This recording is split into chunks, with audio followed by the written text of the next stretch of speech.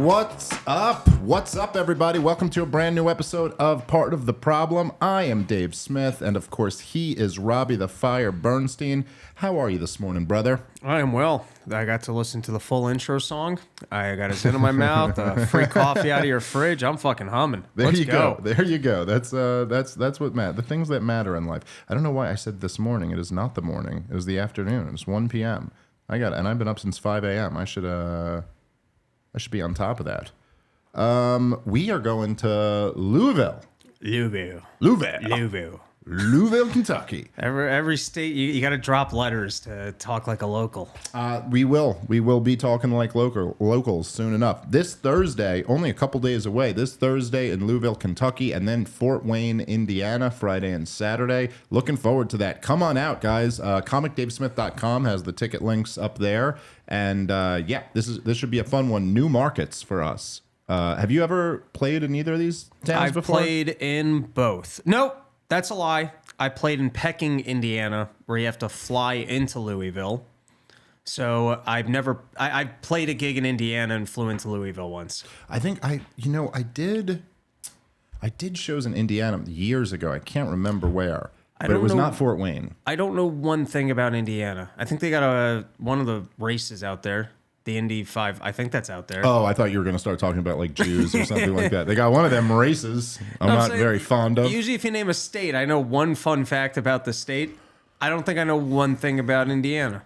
Yeah, I got old beef with them over Reggie Miller's Pacers. I forgot that. Me I as a didn't kid. even put that together. Dude, I remember watching those Knicks games as a kid, and like Reggie Miller just winning games the last 13 seconds, and you wanted just to cry as an 8-year-old.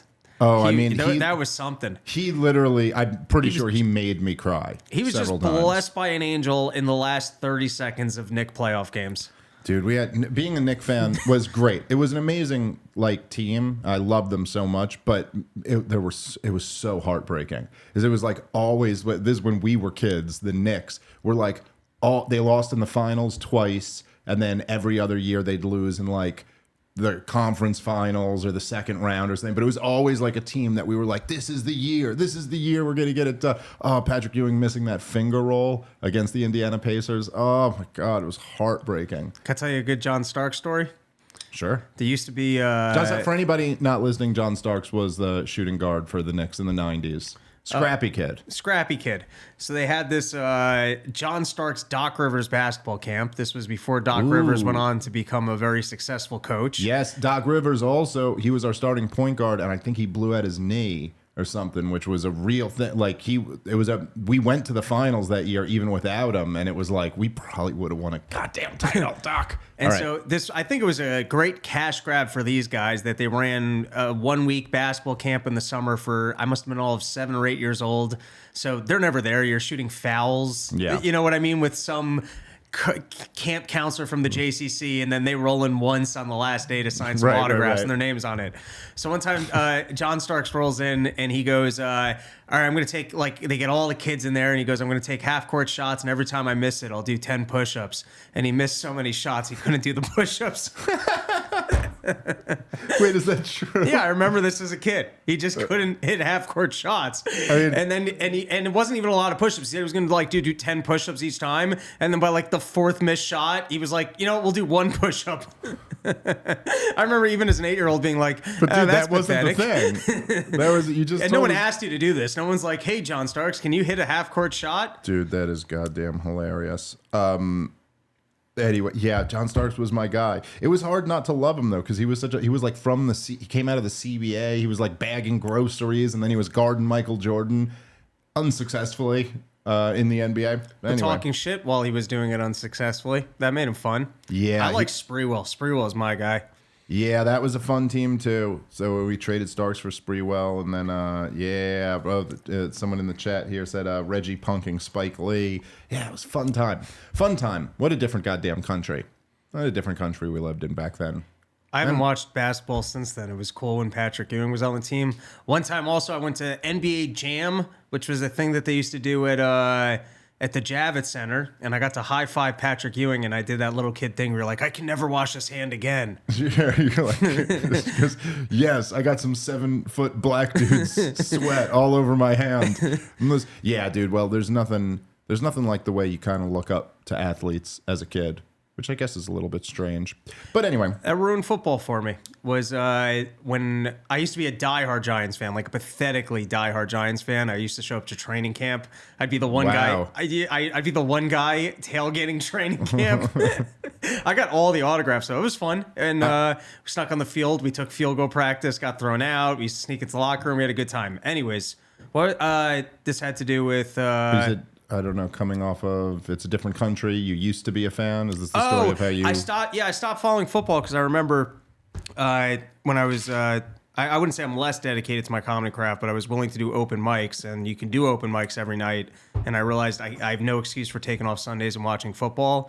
But it was partially when I realized I was rooting for kids that I was older than and just being like, I can't do this. There is something really changes when you get older than the athletes. Yeah. And that it's like, you're like, oh yeah, dude, I can't be like worshiping a kid. Like, I can't be worshiping a 20-year-old. This is ridiculous. I'm twice as old as this guy. And there's also, I remember my principal, when I was like a little kid, maybe like 5th grade or something like that. And the school principal, he was like talking with us at one point. It was like outside. I think he came and like played basketball with us one day. Like we were outside playing, and he like came out to be cool principal. Let me show you whippersnappers how to take a foul shot. And he was talking about how the Knicks of his day were so much better than the Knicks today. And today, back then, would have been like Latrell Sprewell or maybe John Starks. I don't remember. And he, whatever, he was talking about that. And then I remember at one point, he was like, the truth is I don't even watch the games. And he was like, he goes, I do Sunday football. That's the only sport I watch. And I was like, what? Like, who doesn't watch every sport?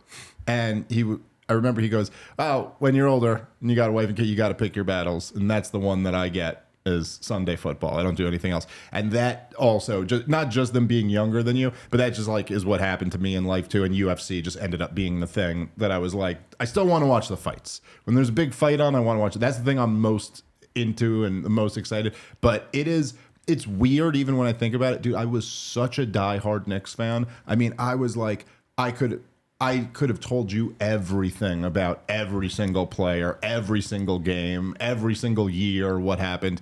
And to a point now, and the Knicks actually have a really good team now. I just can't. I can't invest time in watching boys play. Like, think about how ridiculous it is. You're like, I have a wife and 2 children who depend on me. I can't be watching boys play ball. Unless you bet the house on it.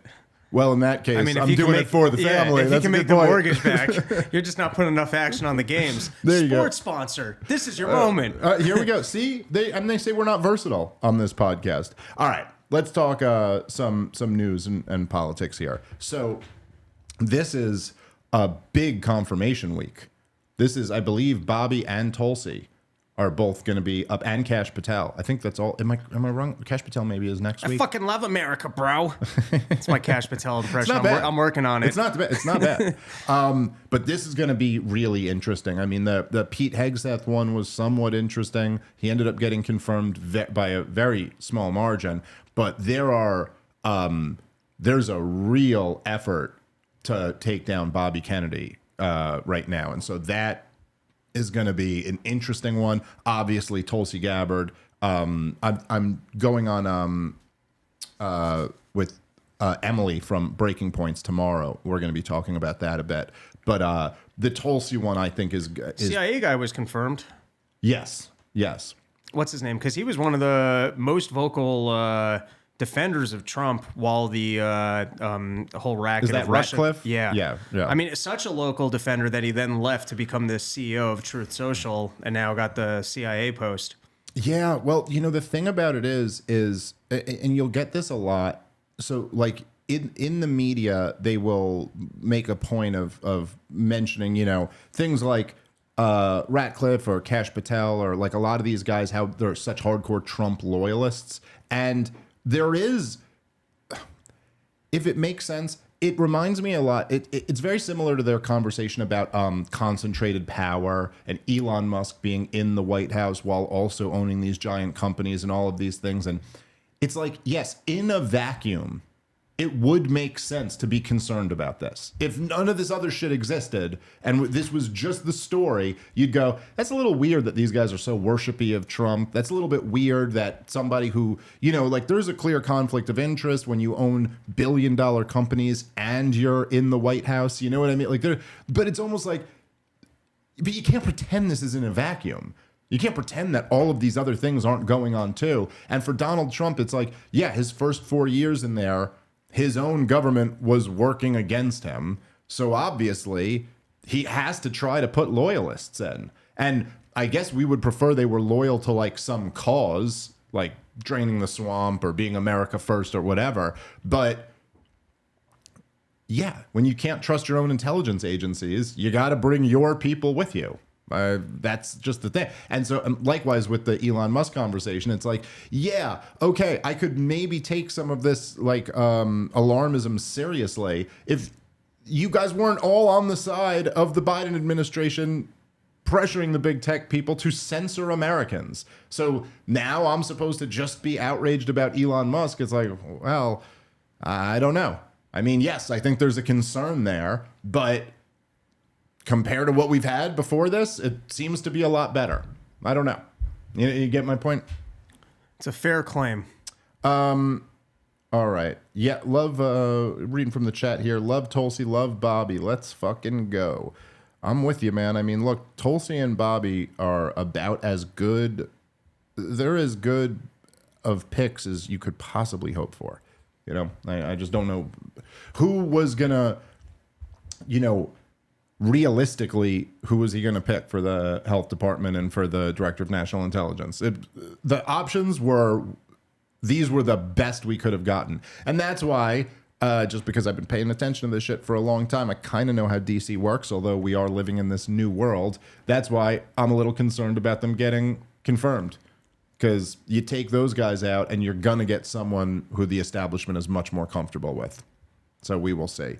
I wanted to talk a little bit about some immigration stuff that I found interesting. I know you had sent to me in the notes that the thing with Colombia is probably worth weighing in on. What are your thoughts on that? I mean, Trump bitch slapped him, and instantly they acquiesced. The starting point is, I mean, the Trump administration is making some big claims about who they're rounding up. They're claiming to have gotten terrorists and criminals, almost to a point where you're like, how did you know exactly where these specific criminals were, and how come nobody removed them sooner?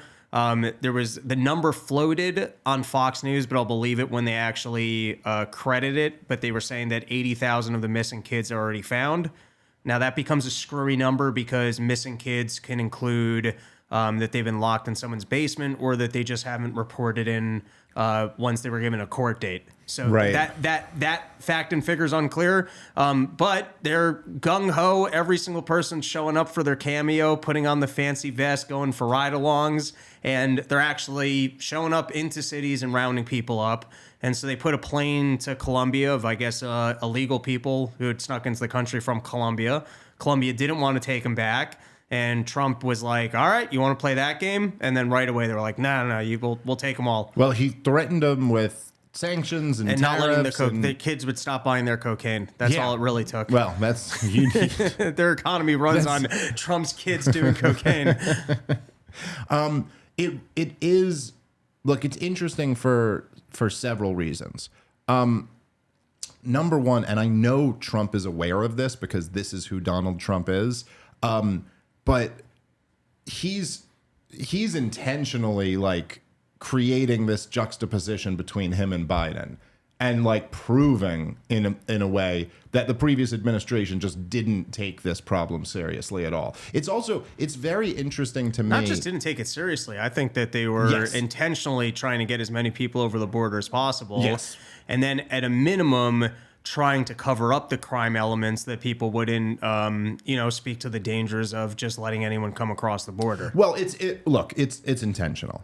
I mean, there's no question about that. And you're right. I probably undersold it. But look, as I've said before, right, I like to use, there's a bunch of analogies I always like to use, but I do like to use the one where I go, look, if I have an AR-15 and plenty of ammo, and I'm a trained killer, and I know how to use my weapon, and I have my weapon, and 4 unarmed people break into my house to come kill my wife and kids, and I just don't do anything, I just let it happen, then you can deduce from that was intentional, that I intentionally allowed my family to get killed, because you have, and that's the same thing with the Biden administration and this flow of immigration. I mean, they had and one of the things that's interesting is that it reveals like how much of all the stuff on the campaign was bullshit. I mean, when they were sitting there and saying, oh, we wanted to solve this problem, but 3.5 years into it, we put this legislation forward, and Trump's the one who killed it. Well, Donald Trump, I mean, just clearly, I think there's just no debate about this.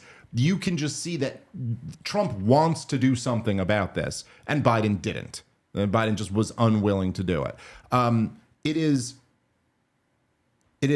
really fascinating to me how far to the right the American people have moved on immigration. Listen, mass immigration was never popular. This has been true since like back in the 90s. This is the reason why, what people, I'm sure a lot of you guys see like the clips on social media where you'll see old clips of Bill Clinton talking like an immigration hawk, or Hillary Clinton talking like an immigration hawk, or John McCain, or Barack Obama, or any of them, because that was always popular. That's what they would say during election times. They'd be like, can't have illegal immigration. That's like always been unpopular. But to see, I mean, the latest polling that I was looking at, the New York Times had a piece about this a few days ago. The latest polling where super majorities of the American people now support mass deportations. That's just never been the case before in my life. And I do think that it's, obviously, like, this is a part of Biden's legacy here. You had the worst immigration crisis. And now, of course, as a response to that, you have, it is more popular than ever to correct that. From what I understand, the illegal immigrants all carry COVID because they weren't vaccinated. Right. And so the liberals are comfortable being aggressive towards them. Well, it is, I mean, look, we covered this on the show over the last couple years. It was fascinating watching Eric Adams and some of these, the mayors of the sanctuary cities, these deep blue cities, being like, hey, this is a real problem. And I do, there's a lot of different factors to all of this, but I gotta say, and I believe it was primarily DeSantis and Abbott who were like started those stunts where they would bus migrants to the blue states. And I really think that like that did a lot to move the needle. It really, you could almost, it was like from 2016-ish until that when they started, really the one that sticks out in my mind is when they sent him to Martha's Vineyard. It was a big one. But like from 2016 to that, I felt like that almost broke the spell. Like Democrats were all like, they wanted to get Trump. They wanted to paint Donald Trump as a fascistic wannabe dictator. And immigration, he was running as an immigration hawk. So they went all in on that's the issue that makes him Hitler, And so then I guess we got to be the opposite of that. We're against kids in cages. Even when it was ridiculous, even when it was, the facilities were built by the Obama administration, but they'd still pin it on Trump as being some monster for rounding people up. Or separating families, whatever the talking point in 2017 was. But I felt like that really broke the spell. Because once you saw that, you were like, oh, this is all a game. You're all pretending that this isn't a problem. But as soon as it touches you, you have a huge problem with it. And I do think that in a way that gave permission for even, it was the polling that I was looking at was, I was just reading an article earlier today on Axios, I think, about it. And this is, the question was supporting deporting all illegal immigrants was 50-50 amongst Democrats. Wow. 50% of Democrats were on board with the Hitlerian policy of enforcing immigration law.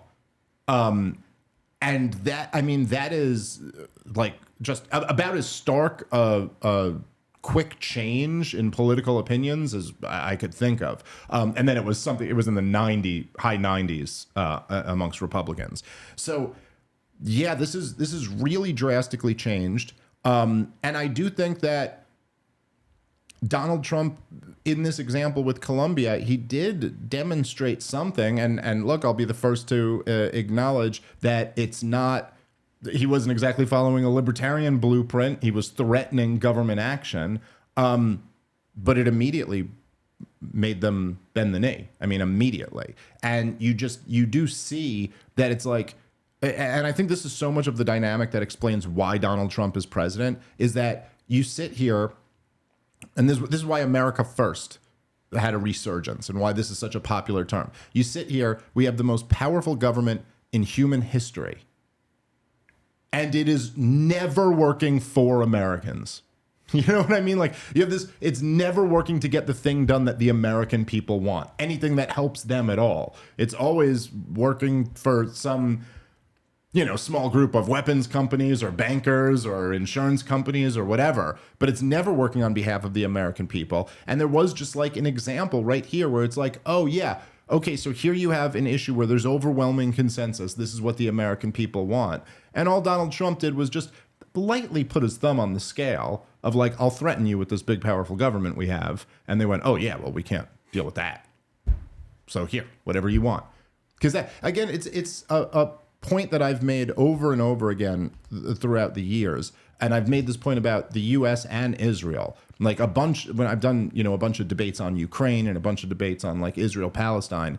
And I'd always make the point that it's like, why are you pretending that we don't hold all of the chips? Like, we hold all the chips here. So many of these problems can be solved very quickly if you just have the desire to do it. I mean, like, this is what I said. I was debating that Vaush guy on Ukraine, and I was saying that we could get Putin to do anything we wanted to do. I mean, short of like commit suicide or like, or like put NATO right next to him. Well, listen, do you think, and be honest about this, do you think that Vladimir Putin would end the war tomorrow if we agreed to pull out of NATO? Oh, out? You mean just NATO not in Ukraine, or the US out of pulls out of NATO? He'd end the war today. Because he'd be able to sell this as the biggest victory ever. If the U.S. isn't involved, he doesn't even really give a shit about NATO being on his borders. It's like, what is he, scared of France? No. It's America's war machine is what he's concerned about. And so we could get, so again, if you just frame it the correct way, you're choosing to keep this war going. We have all the chips. All we'd have to do is, and by the way, it'd be a win for Americans to pull out of NATO. We're just not subsidizing Europe's defense anymore. Great. What's the problem with that? And then his response to that, when I was in this debate with him, was like, oh, that's just like a libertarian online idea. It's like, okay. I mean, right now it is. Why does it have to be? And the same with Israel, Palestine. Israel holds all the chips. All the chips. They're coming from such a stronger negotiating point. They're the ones who occupy the Palestinians, right? If you're negotiating with the resistance group under your brutal occupation, you have the negotiating power, right? And so it's just in all of these things. It's interesting to see Trump almost in one of the rare times I've ever seen in my life, just using that a little bit on behalf of what the people of his country actually want, And it's, I don't know. It's just a fascinating goddamn time to be alive. Right. Any other thoughts on the immigration stuff, Rob? Well, I was thinking of this while you were talking about how busing the immigrants and how well that worked. And I think the reason it works so well is because if you don't have the financial resources or places to put people, it becomes an apparent issue very quickly. And as it starts depleting your financial resources for people that are here illegally, that becomes very apparent. I'm not calling these people garbage, but it's on the level of if people were going, oh, I like garbage on my front lawn. Keep the garbage there. And then you're like, all right, well, then I'll move it to your front lawn. And then you instantly were like, you called my bluff. I clearly don't want this here. Yeah. I mean, that's the level of no area wants to have to spend its taxpayer dollars on housing, feeding, clothing, and policing illegal immigrants. That's not what you want to use the money on. I wish there were other ways that we could, such as Donald Trump's plan of sending Hillary Clinton to war. But I wish there was more ways to call the bluffs on their stupid policies. Well, look. I mean, I've gone on this rant before, and I'm sure I will again. But it's like another thing in the like. They demonize you if you want to build a wall, but they live in a gated community. They want to enforce gun control, but they have armed security. They're for mask mandates, but they're at their fancy restaurants without masks. It's like over and over all of these examples. And yeah, look, the example that or the analogy that I always like to use, which I'm still quite fond of, is the homeless people asking to stay in your house. And it's like, it's very easy. Like, imagine me sitting here and there's like a group of homeless people who go up to my neighbor and they're like, can we all stay in your house, please? Like, we're homeless. We have nowhere to go. And he's like, no, I'm sorry, you can't stay here. And I just sit here and go, what a terrible person he is. What an awful, I mean, think about these homeless people. Think about how hard they have it. And you've got room in your house. You could take them in and you won't. And then you're like, well, how many do you have in your house? And you're like, I'd rather not get into that. You know what I mean? Like, I'd rather not discuss that. No. In fact, I don't want them. And, one of the things that I think is kind of challenging is that, especially in the face of all the like insane gaslighting from liberals on this issue, that it is important kind of in a way for us to remember that, look, if 5 homeless people come up and ask if they can sleep in my house, my answer is going to be no. Because this is my house and this is for my family and their safety is my number one priority. That doesn't mean that I can't also recognize that it's sad.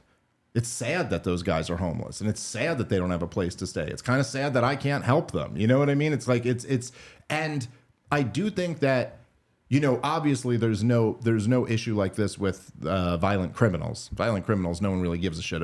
Deport them. You know what I mean? Who cares? But there is an element to all of this that is kind of tragic and sad when it comes to like regular people who are here illegally. And they're like, we can maintain both of the positions. Like, you can be like, listen, what Joe Biden did at the border was insane. Open borders are not a rational policy. And it's the American people clearly do not want it. That being said, it also is kind of sad that some of these people are going to get rounded up and deported. I'm sure there's a lot of them who are like decent people, but much like it would be sad, I guess, in some way, if I left my house and a bunch of homeless people kind of took it over and started using it as shelter, and then I had to kick them all out. The question is really like, whose house is it? And in this case, the question is, whose country is it? Like, who has the right to make these decisions? And I certainly don't think it should be politicians doing the exact opposite of what the American people want. And, and the blame's on Joe Biden. Yeah. Yeah. Like, yes, it is tragic that people felt like they could sneak into the country and that they could live a better life, and that Joe Biden created that illusion for them. And now there's a consequence that they took a gamble and a risk that wasn't necessary. And some of them will end up having to go home because taking some of these people at random, you want to go for the criminals first. But to the extent that some people randomly do get shipped back and they went through that entire escapade for nothing, it prevents future people from going, I want to take this risk. Yeah. And so it's kind of a necessary action. And if you ask me, the fault is on Joe Biden, who wanted to bring as many people across this country as possible. Maybe it was to get more congressional seats in the hands of Democrats, to get more voters, to seed chaos. Who knows what his agenda was, but the fault's on him. Yeah, 100%. And how on earth do you not see the backlash coming? Like how it's so much of, particularly the last 10 years, is one of the things that's really stunning about it. Is it's not like, because we're living through this kind of like this era of like decadent elites who have totally just like fallen off and lost all traces of impressiveness. It's just like these people who are like just, I don't know, just really unimpressive people.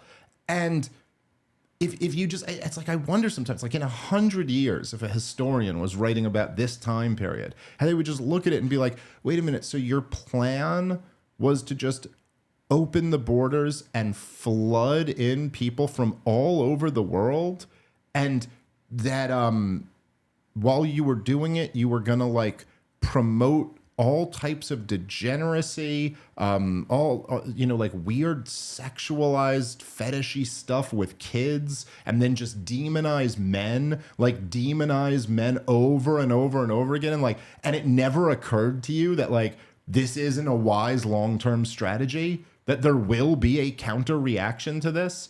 Like, what do you think? I mean, like, even just like normalizing the demonization of young men. Like, where did you think that was going to go?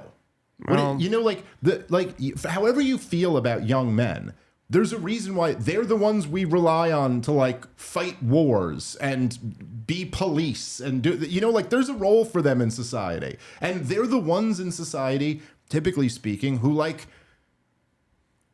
are the most capable of violence, are the most capable of imposing their will on you. Maybe it wasn't a wise move to like poke at that bear over and over and over again. So much of it, I remember like just being kind of blown away, especially as somebody who was like, look, I'm a libertarian. I'm not like a hard right winger. And I really mean this. I don't have weird. I don't care how people live their lives, essentially. I do care what's promoted and what's pushed on other people. I don't really care, if people are gay or straight or live a traditional lifestyle or an alternative lifestyle. Like that's your business. You live your life the way you see fit. But I just couldn't imagine not seeing the issue with all of this, not seeing that like, well, this is going to blow up in our faces. Obviously, there's going to be a counter reaction and an overcorrection probably. But it's very bizarre that was not foreseen. All right, guys, let's take a moment and thank our sponsor for today's show, which is, of course, Monetary Metals. I love this company, run by great people, and they're truly revolutionizing the precious metal space. Gold prices have been breaking all-time highs in 2024. Now you can get your gold to work for you, generating interest income every month, paid in additional ounces of physical gold. You can earn up to 5% on your gold and silver in their lease offerings, and accredited investors can earn double-digit returns in their bond offerings. Again, all the interest is paid in ounces, which are stored for free on your behalf. So if you're tired of your gold and silver collecting dust at home, or worse, racking up fees having your metal professionally stored, check out monetary-metals.com today to learn how you can start putting your metal to work. monetary-metals.com. All right, let's get back into the show. Well, when you censor the internet, potentially rig an election, get everyone to take a vaccine that they don't need and keep them in their homes, you start getting greedy. Yeah. Well, I think that's a big part of it, right? And that there's this thing that, it's kind of a natural tendency of monopoly in general to just get give really, really shitty service. I think a lot of these people were just drunk on power. And they had been in power for so long, they were like, "Fuck it, we can keep doing this. We can keep winning." But yeah, I mean, in hindsight, it really is. It's bizarre. Also, I mean, I guess maybe this is like a little bit illogical or something, but there is also the fact that the immigrants are from everywhere. That makes me like less sympathetic. Mexico is. Mexico is our neighbor to the south. They are kind of, in many ways, at least in many parts of the country. It's not so true here where we live in the Northeast, although even there, I just grew up with Mexicans, or all over the place. Mexicans worked in every business, and Mexicans were pretty, there were Mexican neighborhoods in Queens and stuff like that.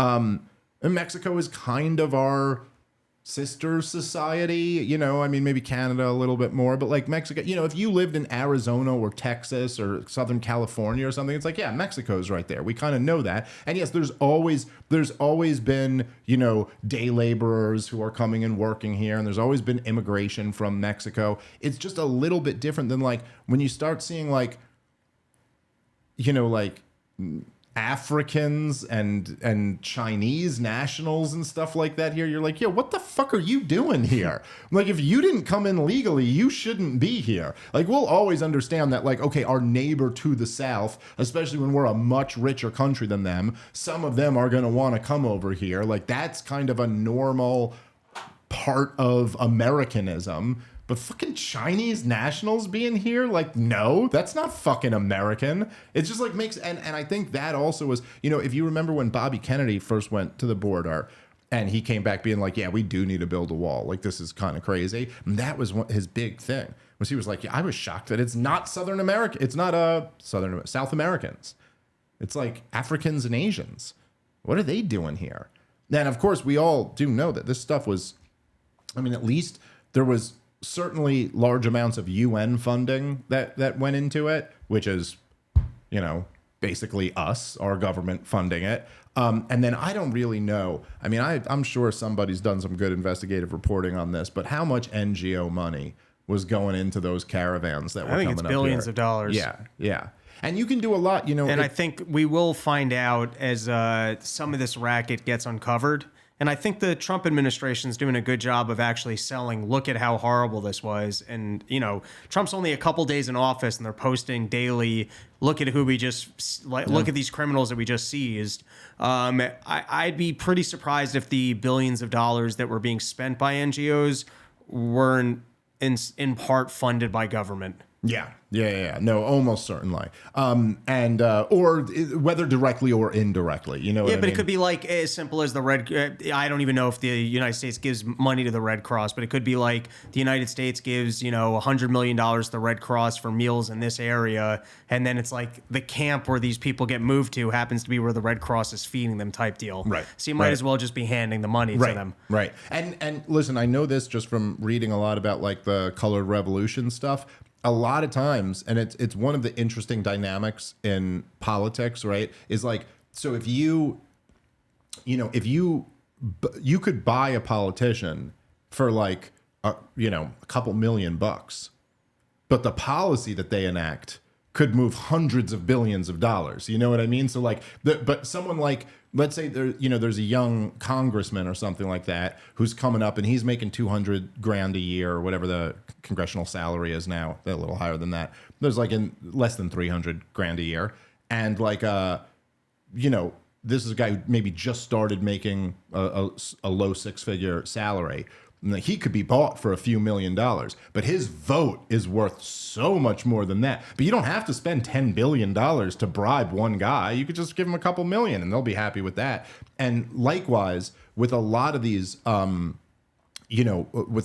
policies, it's for, if you think about that, where you go, it's in the billions of dollars or something like that. Think about how much money that is to get a caravan going and get some people over here. It's just like, it's not that much money in the grand scheme of a central government that spends $7 trillion. But like in the Maidan Revolution in Ukraine, for example, right? So this was the big thing is they got, I think at one point it was close to like 1 million people were in the streets. I mean, they had a lot of people in the streets. Now, it wasn't, at least if I'm remembering this correctly, it's been a little while since I read about this, but it never broke 50% like approval rating with the country. So it wasn't, you know what I'm saying? Like, if you think about these things, like, it's easy. On January 6th, there were like thousands of people protesting, right? But if I were to ever say to one of you guys, like, that's the American people, that's the will of the American people, you'd immediately be like, well, no, hold on. There's like a whole huge portion of Americans who completely reject all of this stuff. And in fact, Donald Trump's approval rating at the time was like in the 30s. It wasn't like he was like this enormously popular president, right? So likewise, so in the Maidan Revolution, what happens is the NGOs start the protest in late 2013. Okay, so they start the protest. Now they're protesting over Yanukovych pulling out of the EU deal. And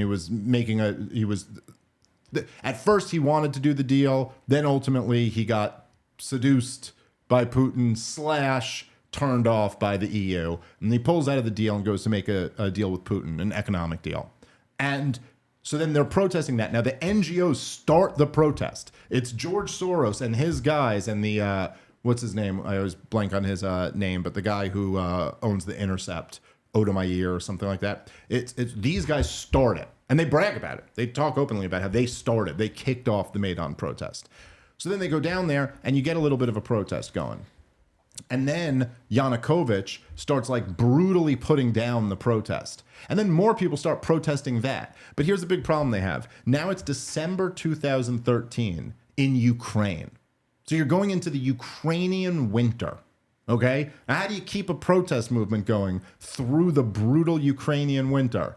Well, tens of millions of dollars start pouring in from the National Endowment for Democracy, USAID, and all these NGOs. They bring out heat lamps for everybody, and they put on like a rock concert. They get all these Ukrainian celebrities to come down there. So now it's a carnival. It's a carnival with heat and with everything. And if you think about it, right, like imagine any protest. Imagine like we try to start a protest. And let's say even like we get a few thousand people together. You know, we promote it on the podcast and we start protesting, the Federal Reserve or something like that. I mean, imagine someone just gave us $50 million.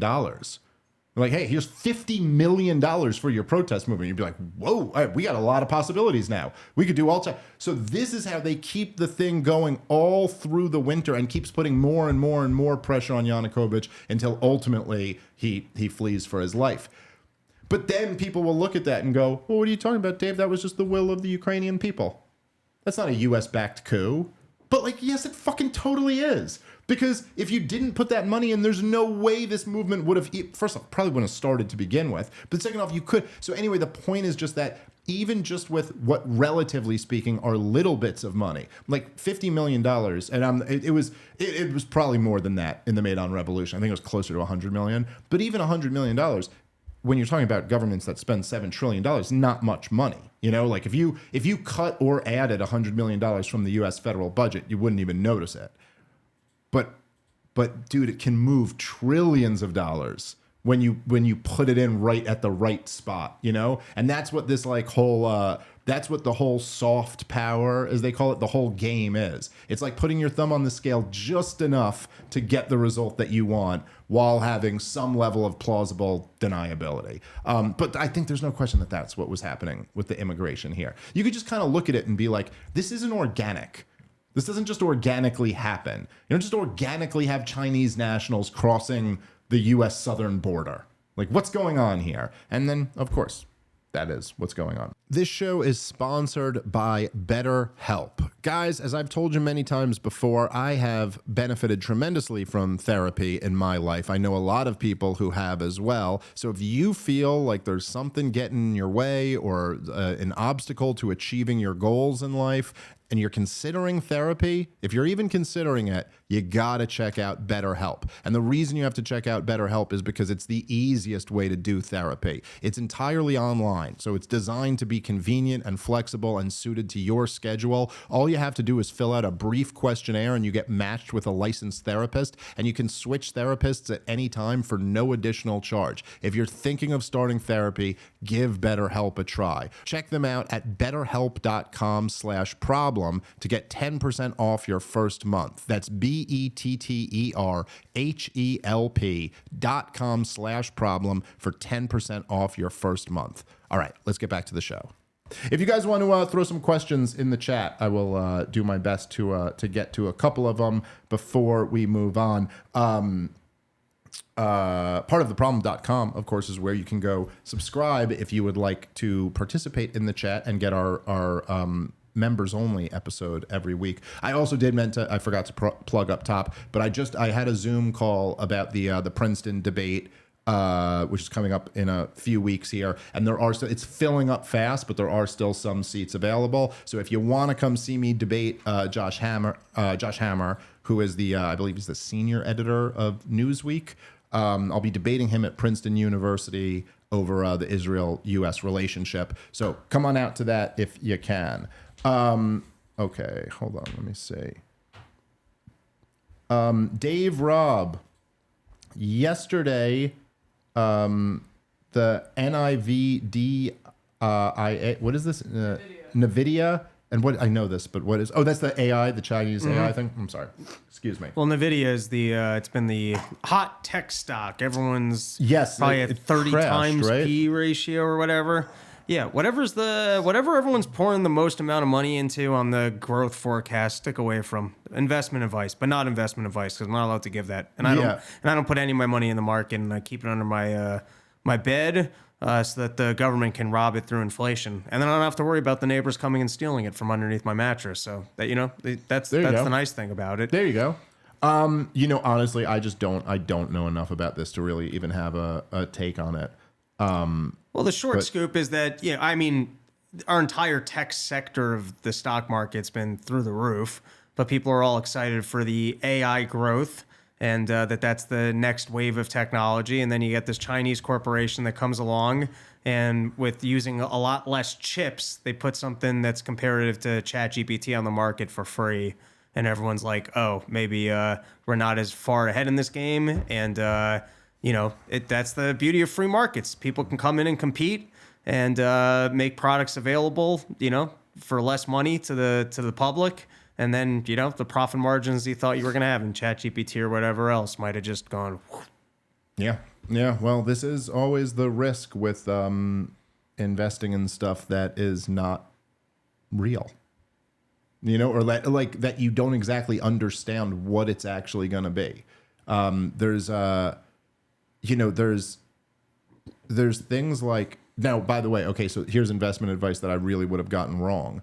But I do remember, because I'm sure people made a ton of money investing in Google, but over the years. But I remember always thinking dude, you'd have there were search engines before Google. Oh, I put it all in Jeeves. Yeah, and they're just gone. They're just gone because Google just came out and did it. And there's things like that where now Google has done a decent job, I guess, of attaching itself to the permanent government. But there's things like this that people invest so much in, and you're like, yeah, but what if a better version just comes out and then this is just gone? This could go to zero. There's no intrinsic value to it at all. What's Metacrawler's stock trading at these days? Anyone, you remember that one? That used to be the one that we would use in my high school. We'd use the computer in the computer room. It was that was so weird too, by the way. Computers did nothing back then, but we all thought they were cool. And be I want to go on the computer, and do what? Literally nothing. But anyway. Move a triangle around. I remember that game. Yeah. I remember some weird old Gertrude's puzzles and stuff. Yeah, had some fun ones. Hold on. O'Diggity wrote, Dave, can you bring some focus to unschooling this year? Yeah, what is that? Unschooling is it's like homeschooling, but it's a more of an emphasis, I think, on giving your kids more autonomy or something like that. I mean, I don't know that there's really that much I would say about it. I think it's kids have plenty of time to research porn on the internet. Which, if my mom came to me in 8th grade and is what are your interests? Let's bake cookies and I'm going to be upstairs. I'll be conducting my own research. I've talked about this for years. I mean, I talked about this even before I had kids, but to me, it's almost I think that the school model, the Prussian school model, is totally designed to stamp out this very natural thing in kids. And you don't I don't really think it's rocket science. Parenting always came kind of natural to me. It's you just kind of love your kids and you encourage them in the things they're interested in. But kids are one of the things that's amazing, right, about little kids. If you hang out with a 3 or a 4-year-old, I mean, literally, if you go upstairs right now and talk to my 3-year-old, he's from a very young age. My daughter was just like this too. They're all like this.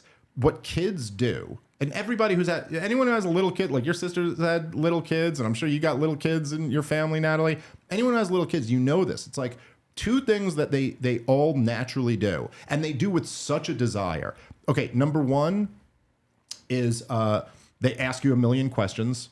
They always want to know why. That's like kind of the running joke, like why? I mean, I remember when my daughter was like 4.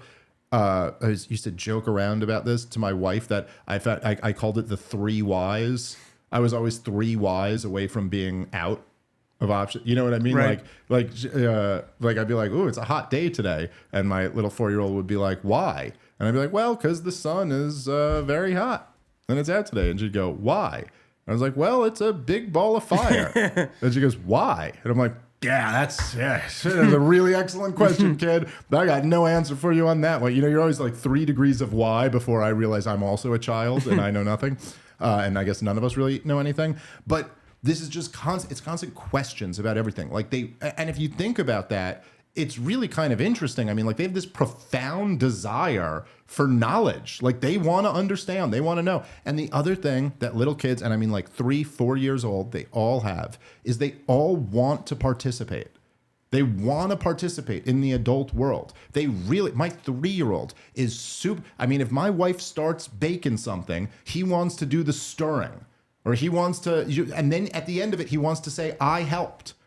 Like, we made this and I helped. You know, like little things. I mean, if you give my 6-year-old now, if you give her a task, she's thrilled. She's thrilled. "Hey, can you help me fold the laundry? Can you go grab this and bring it in here? Can you go?" She's like, "Yes, got it." And she really loves that she's being helpful. And if you just think about that for a second, like how amazing that is. You have these little precious, adorable little rats, and they just want to learn and participate in the adult world, like so intensely that, you know, and it brings, like, your job is so simple. It's like, oh yeah, nurture that. That's all. Like, it always came so natural to me. Like, it's just so obvious. And instead, what we've done, you know, collectively as a society, to talk like a commie for a second, is we've gone, "Oh, I know what we should do. We should, starting at 6 years old, put them in a row of desks and tell them to memorize and regurgitate. Memorize and regurgitate." Like, what? Who came up with that? Oh, yeah, the Prussians. Because they wanted loyal servants of the government. That's what they were trying to create. So it's like, yeah, you just don't do that shit.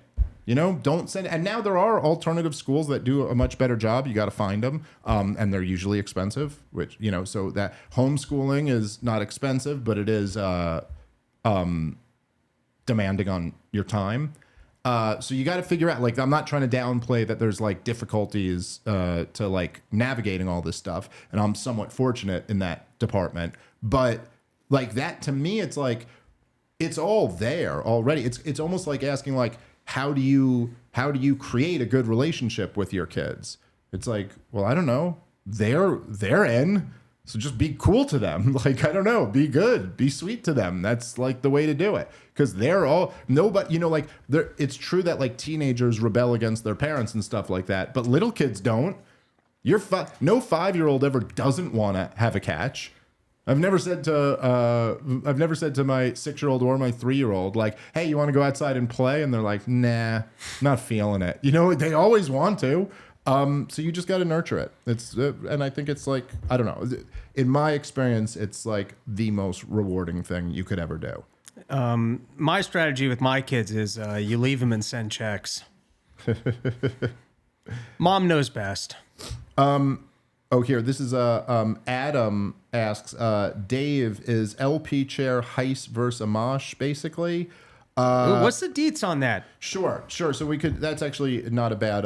Angela takes the biggest victory ever and drops the mic. What happened here? Well, she's evidently got a new project coming up, and I do not have info on what this is, but I could guess what, you know, it might be. But I don't know anything, so I don't want to like say that. But yeah, she's got a new project coming up, so she stepped down.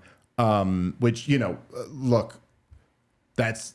Angela just did an absolutely incredible job as the chair of the Libertarian Party. I mean, like, you cannot overstate what an incredible job she did. You almost can't grade it on like any scale, because what she pulled off was so seemingly out of the realm of possibilities. Like nobody would have even thought. I remember when she first told me that that Trump was coming to the convention and that she had gone to Mar-a-Lago and had been, negotiating like Ross's pardon and all this other stuff. I couldn't believe it. I was like, what? Really? He's gonna be at our convention? Are you sure about that? Anyway, look, Angela's just been great. I mean, she's been from the first time I ever met Angela, just totally impressed with this woman. I mean, she's just like super smart, fearless, relentless, incredibly hardworking, incredibly organized and detail oriented. I met her back, this must have been like, what year did I meet Angela in? I'm trying to remember actually now. I may have met her before, like the lockdowns, but when I actually got to know her, she was like spearheading the anti-lockdown movement in Los Angeles, which is where she lived at the time. And she was it was really heroic stuff that she was doing. She's a paralegal, and she was giving free legal help to small business owners who were defying the lockdowns and staying open and trying to help them navigate through how to avoid, facing the harshest penalties over it and stuff like that. So it was incredible. She did incredible work there. She went to the Soho Forum, debated that Cato fool over vaccine mandates, and just cleaned his clock. And when Heiss was like, we want her to be, she's going to be our person for chair for the Mises Caucus, takeover, I was like, yes, perfect. And she saved Ross's life. So, she did an incredible job. She's stepping down. And yeah, from what I saw, I know Heiss is going for the position, and from what I saw, Justin Amash is entertaining it. Good candidates. I would say, I'll just say this. Look, first of all, I love Justin Amash, and I do not have a negative thing to say about him. I tried my best to help him during his Senate run. And the truth is that despite all the faction wars in the Libertarian Party and all that stuff, I've just always had a good relationship with Justin Amash. Like every time we've ever been in the same room or at the same event or on a show or whatever together, we did one. I think it was like a Clubhouse thing we did back when that was before Twitter Spaces kind of put them out of business. But I just always really liked the guy, and I think he's one of the greatest congressmen to ever live. We certainly could do a lot worse than him as the chair of the party. Listen, I'm supporting Heiss for this position. I think Heiss is the guy who Heiss has put in the work. Heiss has actually made the party his life's focus for many years at this point. And I just think that makes it. But look, I'll say this. I think what would really be the best thing for the party is if that is the case, if it's Heiss and Justin Amash both going for the chair, they should have either a debate or some type of forum where they both lay out their vision for the party. I think that's the healthiest thing and the best thing for the Libertarian Party. It's like have these two guys who are both very smart, very capable, and really care about the party and the movement. Have them lay out their visions, have them give their critiques of the other ones, and what I mean? And let the members decide. I mean, I think that would be the healthiest and best thing for the party. So that I would fully support. What about the guy who likes walking into people's elbows? Is he still around? He's always around, but I don't think he's coming back into that position. As long as they keep him out. The Fed who likes selling cars. Yeah, that's right. All right.